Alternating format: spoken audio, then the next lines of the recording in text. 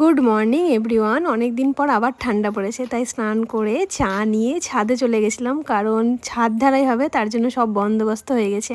আর ভাই বললো এটার উপর দিয়ে হাঁটতে খুব ভালো লাগছে, তাই আমিও হাঁটতে চলে এসেছি। আর কারো জীবনে বাঁশের অভাব থাকলে আমার বাড়িতে চলে এসো, কারণ দেখো প্রচুর পরিমাণে বাঁশ। যাই হোক, তারপর তো নেমে এসে রেডি হয়ে গেছিলাম, কারণ স্কুল যেতে হবে। আর এখন স্কুল সকালে হয়ে গেছে, কারণ গরম পড়ে গেছে, কিন্তু আজ ওয়েদারটা ভালো। যাই হোক, টাটা। তারপরে তো স্কুল বেরোনোর প্রাক মুহূর্তে এনারা বিস্কুট খেতে এসেছিলেন, তোদেরকে খেতে দিয়ে দিই, তারপরে চলে গেছিলাম। আর দেখো চলে এসেছি, এসে নিয়ে খাওয়া দাওয়া করে একটু রেস্ট নিয়ে নিই।